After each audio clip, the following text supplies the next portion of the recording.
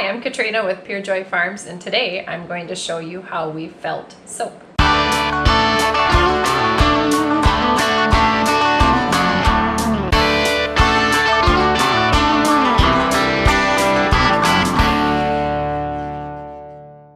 We have Icelandic sheep on our farm, and we use their milk to make soap and lotion.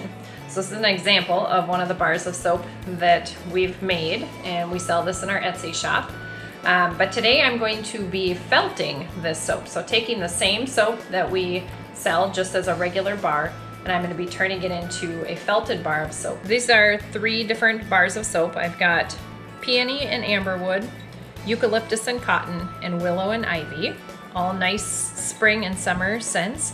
And we're going to be wrapping these with wool. So I'm just going to show you how I do this. Here's an example of before we actually do the felting process. This is wrapped with the roving. We use our own roving, or our wool roving from our sheep as well, and we have it processed at local mills. So here we have white, we have more almost a kind of a creamy color. It might look real similar on the screen here, but it does have a few darker flecks in there. Icelandic sheep are not just one color. They are multicolored typically. Their undercoat is different from their outer coat, and so you have different colors that come through after it's felted. So we've got those 2 colors. We also have a lighter gray, kind of a heather. This one is from a mouflon. And then we have our darkest color today. It's from a black and white spotted sheep. And so when the wool got processed, it kind of has a ribbon almost through it, a darker streak. So that one's kind of fun to work with. So those are our 4 different colors. Sometimes I make solid color bars. Sometimes I make more of a multicolored bar.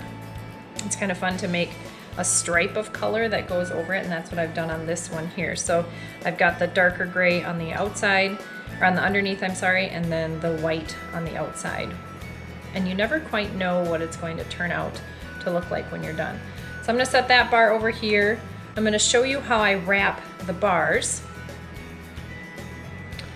So let's do this lighter gray one here. Find the end of my roving. All roving, I've realized, comes off of the mill in various widths, and the wider the roving you can find, the nicer it is to work with. Actually, I'm just going to rip off a piece in the middle here that I like better than those skinny ones. It's all usable no matter how big it is. Okay, so you first just put your bar of soap in the center of the roving towards the end, and you want to just fold over those loose ends. And then you just wrap it around your bar widthwise first is what I like to do. And I go around it twice, making sure that it goes around at least twice, depending on how thick it is. Sometimes I'll do one more. Like this one, I'm just gonna go 2.5 times, I think is what I did. And then you just tear it, and it just separates like that. Then you turn it, and you do the same thing going lengthwise around the bar. You want to make sure that you get all of the surfaces covered. I'm going to show you what happens here if you don't. Okay, now since sheep are animals and they get into dirty things, including my favorite on the farm, cockleburs, you're going to find here and there in roving, you're going to find little pieces of burr, little pieces of vegetative matter, and you just want to have a tweezers handy to pull out those little pieces as you wrap, so that it doesn't get embedded into your final product, because it'll get felted right in, and it's a lot more difficult to remove after it's felted. There's another little seed of some kind. Okay, so I've gone around this bar at least twice, but you can see right here I've got this corner that's not quite covered. Now if I were to leave that open like that, if I were to just tear this right here, this is not going to get covered when I start to agitate it, and we're going to have a bare spot there. So I'm going to kind of pull this over around the corner there and just make sure that there's enough wool there to cover that in the felt. And you can kind of stretch around the corners to make sure that you get all of those little corners covered. So I'm going to pull that over there. Okay, so we could felt it as is. We could leave it like that, or we could put a little extra color on there. Now you don't need much for that, for the little bling. About that much is all. Real thin. You don't want to have too much wool around your soap, or it's gonna actually get, it's not gonna felt to itself, it's gonna get real loose and kind of slip around and never have a nice tight fit on the soap. So there, we've got, oh, and there's a little piece of burr there, so I'm gonna pull that out. And so now we have 2 bars ready to go. Now, the next step is to put the soap into a nylon or the ends of a tights, women's tights. So this is a pair of purple tights from a long time ago. I just cut off the last, kind of the foot, and then another 6 inches or so. I put my hand in there so that the seam side, the finished side, is on the outside, so that's the part that's gonna actually touch the soap. You put your hand in there, and then I like to grab it so that wherever I left off, that seam is inside my hand, and I just try to get as good of a grip on it as possible. And then I pull the stocking around it, and then you pull as tight as you can and wrap that up so that everything hangs together. I'll do that again here. Another stocking. Here's my end. Oh, do you see I don't really have that corner covered up very well. I'm going to pull that down a little bit.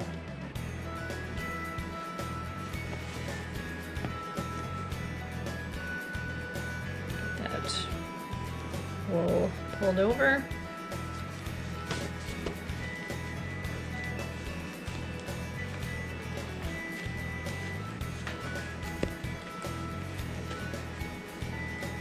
And then wrap it up. So we have 2 ready to go. I like to have at least 2 ready if I'm gonna make multiple bars, and I actually just got a custom order for these 4 bars. But I'm gonna get these 2 ready, show you how to do that, and then while these are felting, then I can come back and start working on these. Sometimes I go ahead and wrap all the soap all in one step, and so I can do one step at a time to make it more efficient. I'm ready to start doing the actual felting process here. I just do this right in my kitchen. I have a nice stainless steel bowl. You need to have hot water, hotter than just tap water. You need to heat some water. I like to heat water up on the stove top and have it ready. So I'm gonna pour some preheated water into my bowl here, about halfway, and then I'll fill the rest of it with tap water to cool it down.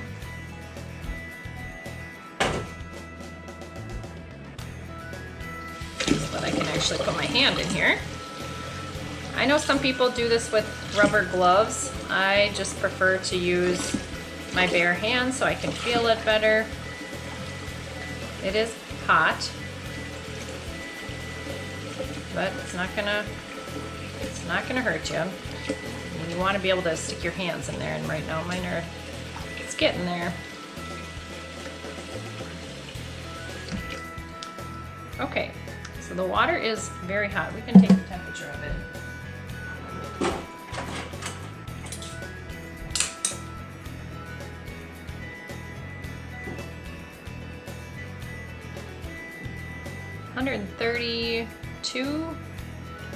degrees.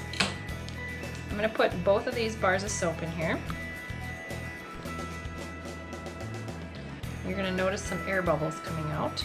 I'm going to dump out a little bit so I can hold the soap down in the water.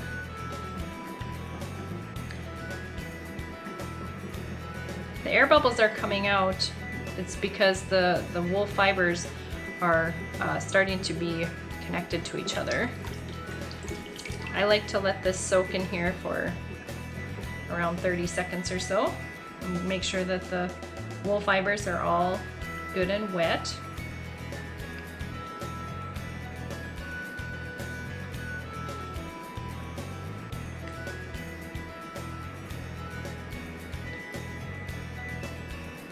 Okay, we're gonna let that one hang out in there a little bit while I start felting this one.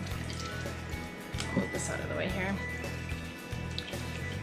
So you're just gonna start rolling in your hands and going all directions. So I'm spinning it one direction, then I spin it 90 degrees and agitate it that way. You'll start to see some soap bubbles. Then I rub the sides,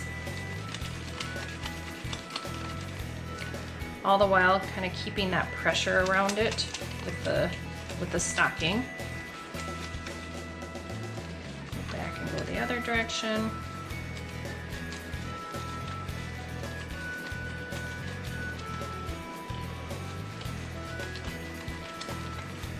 I do this for maybe a minute the first time.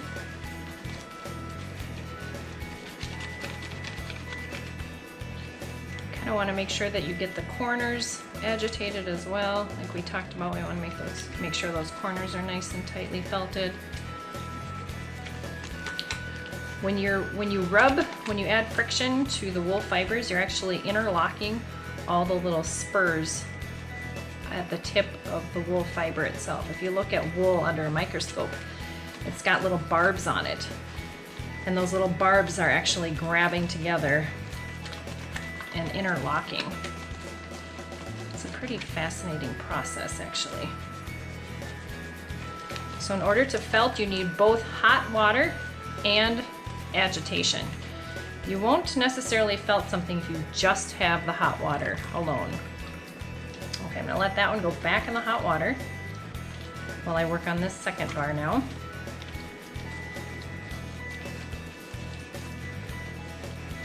You do lose a little bit of soap when you do this. See the bubbles coming off, but it's not enough to make your bar soap any smaller or any less value when you're done with it. You still have lots of life left in the bar soap.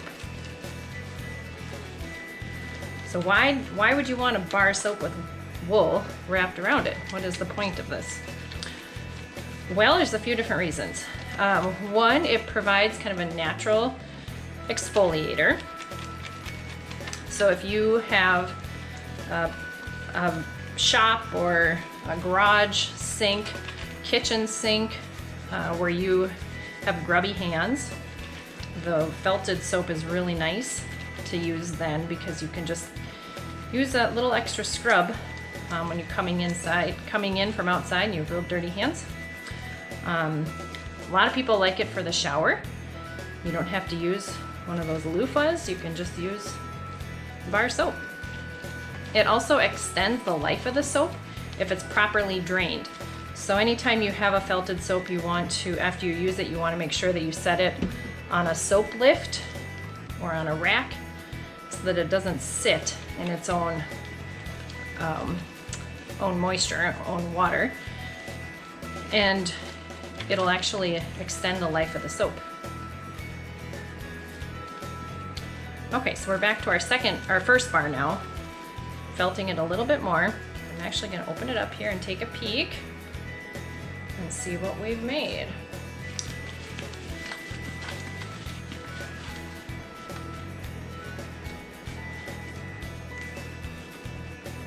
That stocking is going to want to stick to it a little bit, and that is a good sign that you have a felted bar of soap. Okay, this is done. The last step is to rinse it under cold water, and that's to set the fibers.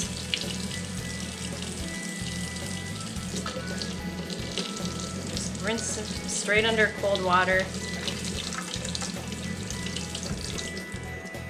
And then you just gently squeeze from all directions, creating that square shape again.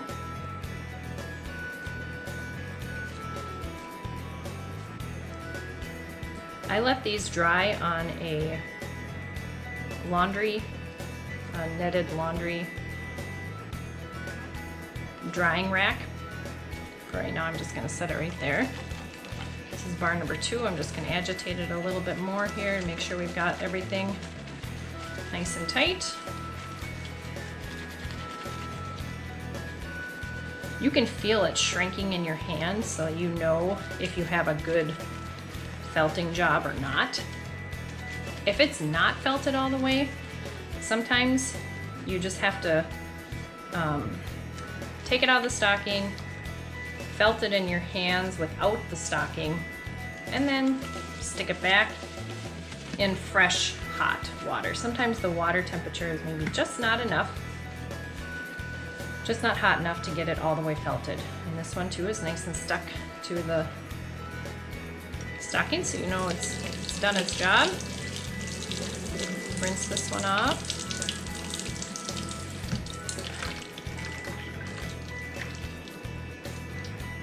So we can kind of see what these bars are going to end up looking like. It's not the full effect, because after it dries, it even gets more distinct between the two colors. Right now you're seeing a lot of the soap bubbles, so it looks a little bit whiter than it will after it dries.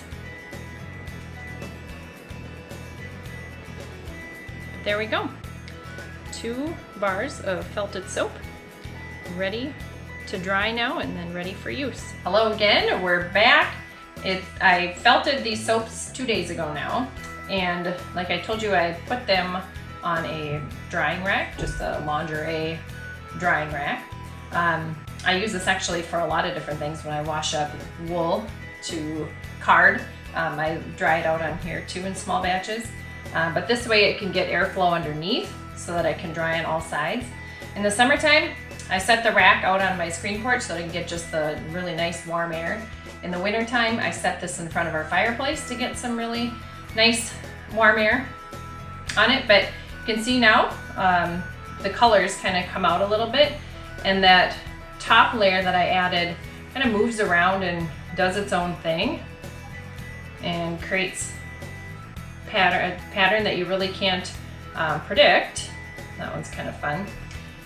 So now sometimes there might be like a little bit of a loose spot, maybe just a little bit of the tog, which is a little bit more rough and it doesn't felt quite as well as the felled layer of the Icelandic wool.